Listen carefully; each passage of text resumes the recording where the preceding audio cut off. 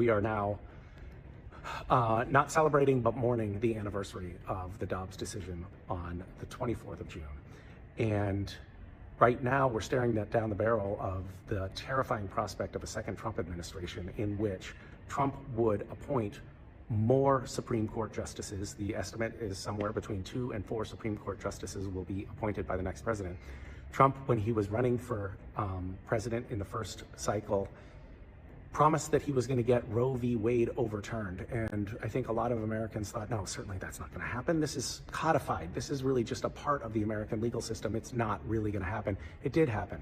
And in the Dobbs decision, the language says they are coming for contraception and gay marriage next.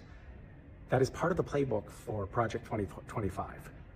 Already we're seeing in America these horrifying Handmaid's Tale versions of an apocalyptic America. Evangelical Christians are co-opting the Republican governments and turning the United States of America into a Christian theocracy, and the prospect for women's health, for religious freedom, and for gay rights, and for trans rights, and for anyone who does not fit the mold of evangelical Christian doctrine is terrifying.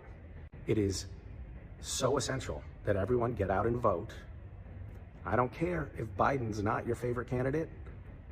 He's our choice right now. So get out and vote for Biden and for preserving a democracy that is not a theocracy.